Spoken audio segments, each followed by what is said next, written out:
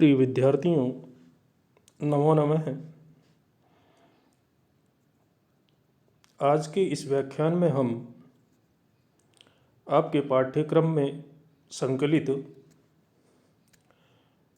हितोपदेश नामक ग्रंथ के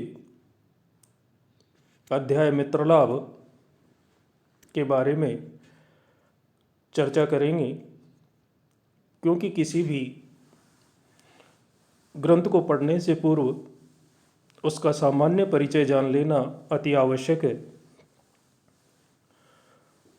उसी के बारे में मैं आपको बता दूं कि हितोपदेश नीति कथाओं का एक ग्रंथ है और कथा या आख्यान साहित्य को दो भागों में विभक्त किया गया है।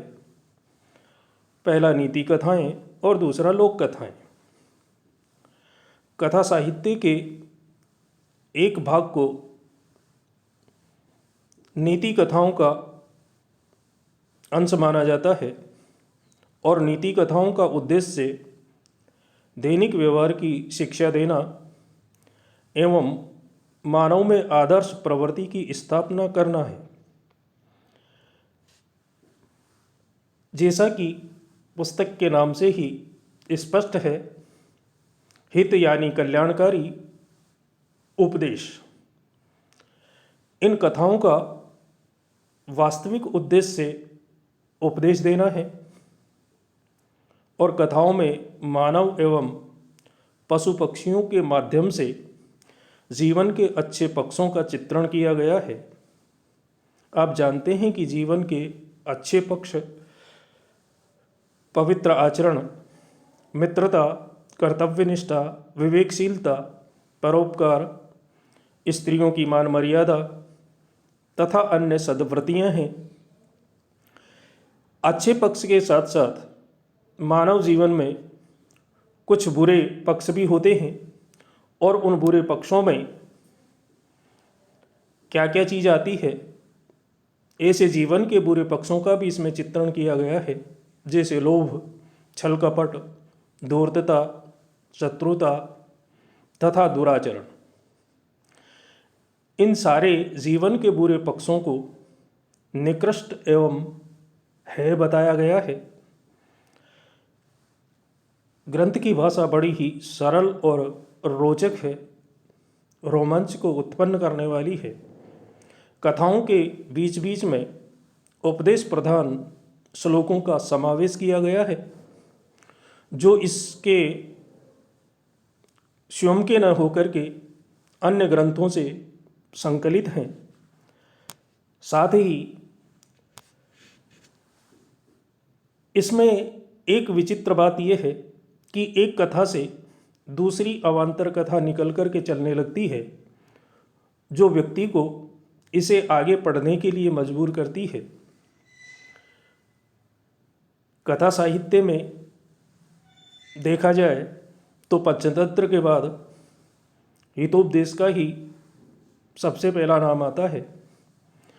पंचतंत्र में 5 तंत्र या अध्याय है, जिनमें सबसे पहला मित्रभेद, दूसरा मित्रलाभ, तीसरा संधि विग्रह, चौथा लब्ध प्रणाश और 5वां अपरीक्षित कारक है।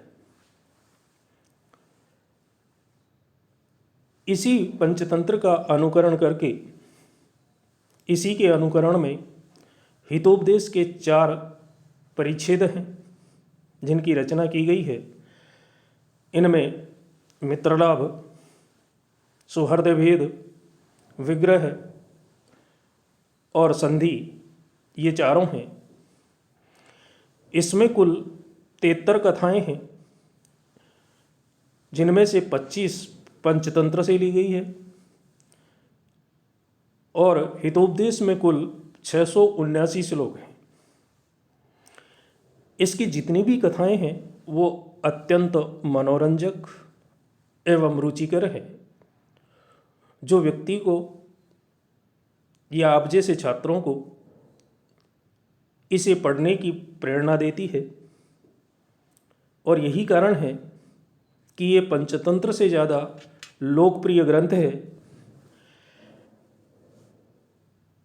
संस्कृत विद्वानों ने इसे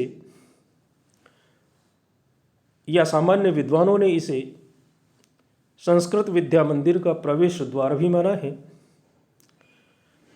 इसके जो रचयिता हैं उनका नाम नारायण पंडित है, जो बंगाल के राजा धवल चंद्र के आश्रित थे। इस ग्रंथ की रचना 14वीं शताब्दी के आसपास हुई है, क्योंकि इसकी एक हस्तलिखित प्रति प्राप्त हुई है जो इसका प्रमाण है, क्योंकि उस पर जो तिथि लिखी गई है वो 1373 ईस्वी अंकित है। इसलिए ये बात पुष्ट हो जाती है कि इस ग्रंथ की रचना नारायण पंडित ने 14वीं शताब्दी के आसपास की। इसमें जो कहानियां हैं उनका प्रारंभ इसके कथामुख से हुआ है, और इसके कथामुख में पाटलिपुत्र के राजा सुदर्शन की कथा है जिससे इसका प्रारंभ होता है। उस राजा के पुत्र अत्यंत मूर्ख, उदंडी, अविनयी और शास्त्र विमुख थे। इसलिए उनको उपदेश देने के लिए या उनको ज्ञान देने के लिए कोई भी विद्वान तैयार नहीं होता था, और यही कारण था कि वो अज्ञानी रहे। राजा ने एक बार अपनी सभा में उनको ज्ञानवान बनाने की घोषणा की, और इसके फलस्वरूप कोई भी विद्वान उनकी उदंडता, उनकी अविनयशीलता और दुष्टता को देख करके तैयार नहीं हुआ। लेकिन एक विद्वान जिनका नाम विष्णु शर्मा था, वो उन्हें ज्ञान देने के लिए दृढ़ संकल्प हुए, और इसके कथामुख के वक्ता भी विष्णु शर्मा ही माने जाते हैं। और इसकी कहानियों के जो श्रोता हैं वो राजा के पुत्र, वो राजकुमार हैं, जिन्होंने मानव, पशु पक्षी आदि की कहानियों को सुनकर के जो नीतिगत, सामाजिक और आर्थिक सभी प्रकार के पक्ष थे उनका ज्ञान अर्जन किया और अपने लक्ष्य को प्राप्त किया। इसके कथामुख में विष्णु शर्मा ने छोटे छोटे प्रारंभिक श्लोकों के माध्यम से इसकी प्रस्तावना प्रस्तुत की और उन्हें ज्ञान देना प्रारंभ किया। आज के इस व्याख्यान में हम इतना ही देखेंगे। इसके पश्चात इसका प्रारंभ किस प्रकार से हुआ, आगे कथानक कैसे बढ़ा, उसके बारे में हम अगले व्याख्यान में पढ़ेंगे। तब तक के लिए आप सभी को धन्यवाद। अगले व्याख्यान में आपसे हम फिर मिलते हैं, पुनर्मिलामः है।